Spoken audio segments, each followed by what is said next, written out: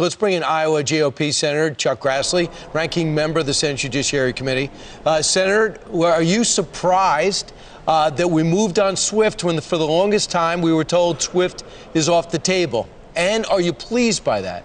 I am very pleased by it, and the United States is following once again, because I think countries in Europe decided that they ought to move on SWIFT, but I'm glad the United States is moving ahead, and I think that's one of the biggest sanctions that could be put to bring Russia to heel. Right. It was last week, though, I think the White House said, you know, they didn't really expect the sanctions to work. But, Senator, you know that if these big sanctions would have happened before the invasion, it would have been easier. Well, I have said we should have at least told Putin what we were going to do, even if we didn't put him in place, so that he would be on notice. And I think that's one of the weaknesses. The other one is getting supplies into Russia, offensive as well as defensive, to getting them into Ukraine was a shortcoming. But now it seems like Europe is moving in that direction, and the United States will surely be helping to get them all the material that they need to fight Putin. And I think the Ukrainian army and civilians that are armed are doing a good job at that. I don't think Putin's army, with 190,000 people on the border, is moving as fast as he thought. And I think it's a real embarrassment to Putin, but it should be an embarrassment to him, because there's 190 countries on the face of this earth, and not one of them was a threat to Russia, including Ukraine. And because of his ego, and maybe he's even sick, he moved ahead anyway.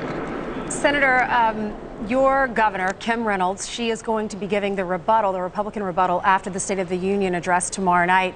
I think our Fox viewers really took notice of her when she was on some town halls with Laura Ingraham. We also saw her in Texas on a town hall with Sean Hannity. What do you expect her to say tomorrow night?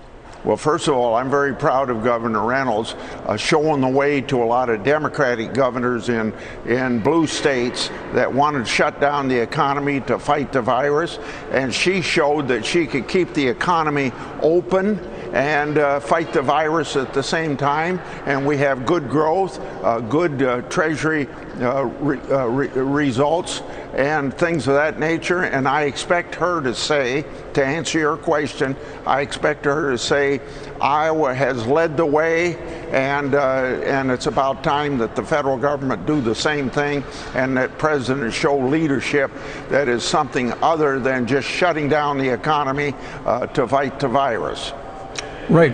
The president did nominate his replacement for Justice Breyer's seat, Ketanji Brown Jackson, set to meet with Chuck Schumer on Wednesday, and then you guys are going to start having your committee hearings. What do you think of this nomination?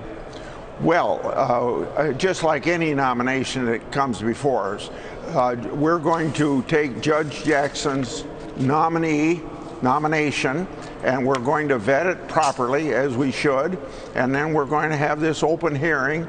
And there's plenty of time between now and the time that Justice Breyer leaves to do this job thoroughly. We intend to do it thoroughly, but I can assure you of one thing: we're not going to have a comedy and a tragedy like the Democrats demonstrated to Kavanaugh. We're going to be very forthright in our questioning, but we're going to be polite, and we're not going to get down in the gutter like they did with Kavanaugh. Yeah, we don't care what happened in high school or how many trips that she planned to the Red Sox game. We could just keep it on the courts. That'll be it'll be elevating for the whole country.